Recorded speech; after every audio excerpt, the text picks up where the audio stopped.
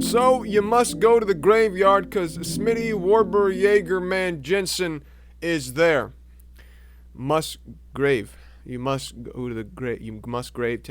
Alright, hey guys, welcome back to TutsByKai. I'm Kai, and today we are back in Blender 2.81. Once again, taking a look at the Musgrave Texture. Want to do another one of these. Haven't done one of these just basic node material things in a long time. So, I'm going to go ahead and split my window into two by dragging up from the right-hand corner here and changing this to the left-hand corner here.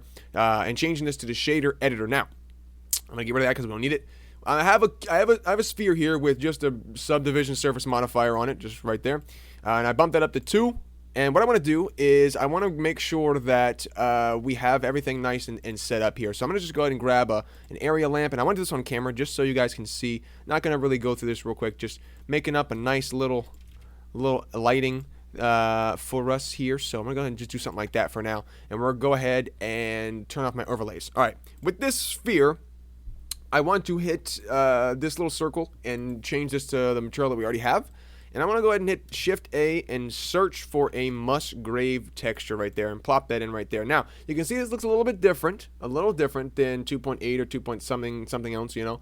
I'm going to turn the factor into the base color, and you can see that once it's done, that you can see what it does pretty much here. So this is what the Musgrave texture does. It's kind of like noise, but not really. I mean, it's much more like, looks like puddles on the ground a little bit more, if you know what I mean. So if I change the scale up, you can see, if I change it up and down, you can see it does look kind of weird. It's not exactly my favorite texture node, but it is a pretty cool one for some specific situation. Now we can turn the detail up and it'll get sharper. If we turn it down, it'll get softer. So you can turn it down really low, which is actually pretty cool. You can get a really soft texture in there. If you can just barely see, if I put this on 0.001 or 0.005 rather, 0.005, you can see very slight material texture in there, which is really pretty cool actually. I'm gonna turn the scale to maybe 10. So like if I do that, and then the detail on 0.05.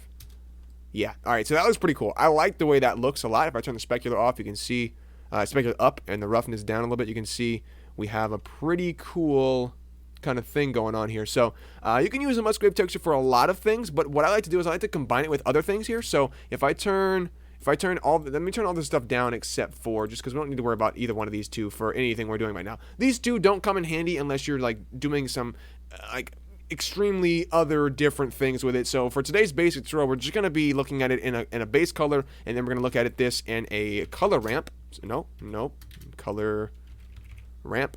There we go.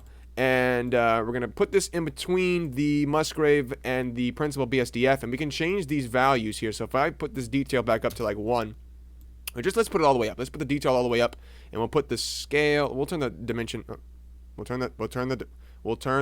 right, we're going to put that back on 0, and then we're going to turn this up to 1 here. So you can see the difference. Now, if we had the scale and the detail up, what we're going to do is we're going to put that this guy on 1 real quick. So you can see if we take a look at these edges here, you can see how we have a little bit of that black kind of spilling through. If I bump this, well, if I bump it down, you can see it's kind of losing the puddly like atmosphere that I had showed in the beginning of the video. So it's kind of like splotches, kind of like a cow maybe, I guess is the best way to say it. Let me put the detail on like 10, I guess. We'll do 10, and we'll just play around with this a little bit. So you can see it kind of has like this really ribbed like pattern, and it kind of like, you see it does have a little bit of a formula to it. So over on this side, they're kind of like pulling into the center a little bit. This side, they're kind of not doing that. It's just really random kind of thing, and the more and more you put it up, I like putting this up on maybe about like 1.5, because what you get is a really nice kind of noise material. And this is what I was talking about in the beginning of the video. You can use this as a material.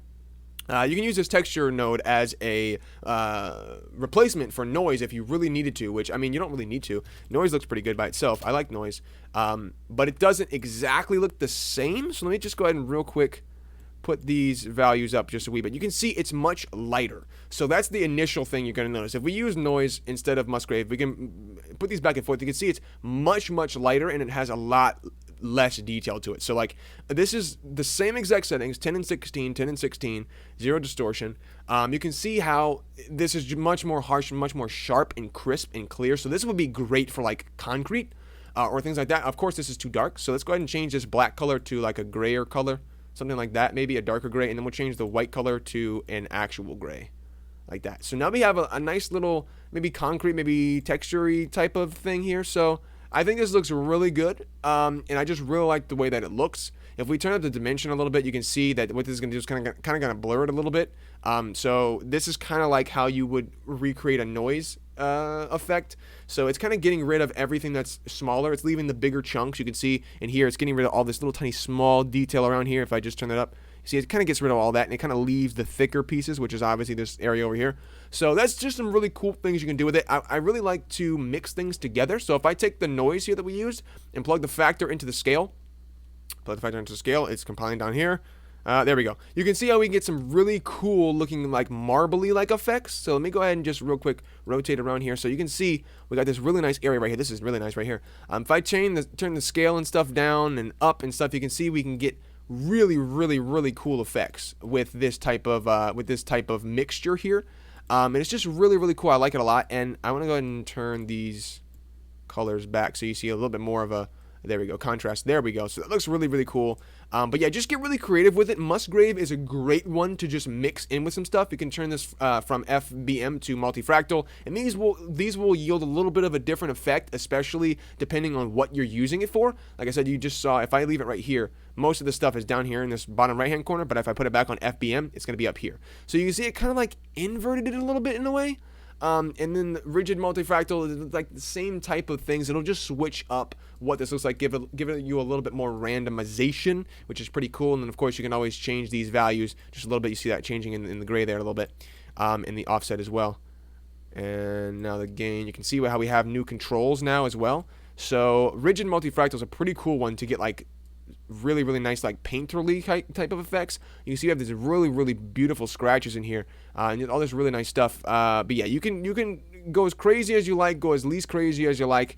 But the Musgrave texture is definitely one that I do enjoy using quite a bit. Like I said, I don't use it quite as much as I probably should, but it is a really great texture node that has a lot of potential, especially in the newer versions of Blender. It used to be not that great, but it's so fantastic now. You can change this to 2D to 1D and all this stuff, which is a new thing in 2.81, which is pretty cool. So you can have less or more depth in the piece. So this is just 1D, obviously one-dimensional. Two-dimensional will be the two colors here. Well, close to two colors anyway. The two type of detail, and then we all the way up to 4D. You see we got a lot more detail when it loads. You see we have a lot more detail, a lot more little edges and lines and stuff. It's lighter, but it has a lot more detail. You see it's adding kind of all of them together. So 2D would be just the hard like edges kind of stuff like that, and it has a lot more of the lines. And then if we go all the way down to 4D, it kind of mixes them both. So like the default values of the noise and the Musgrave, let me unhook that, the Musgrave and all this stuff, kind of merge them all together. You see just really cool stuff. I can go on for this all day. It's just really cool. I really enjoy this one quite a bit, but yeah, so that's gonna be it for today's tutorial. Hope you boys and girls enjoyed it. I will see you in the next one, but until then, bye bye.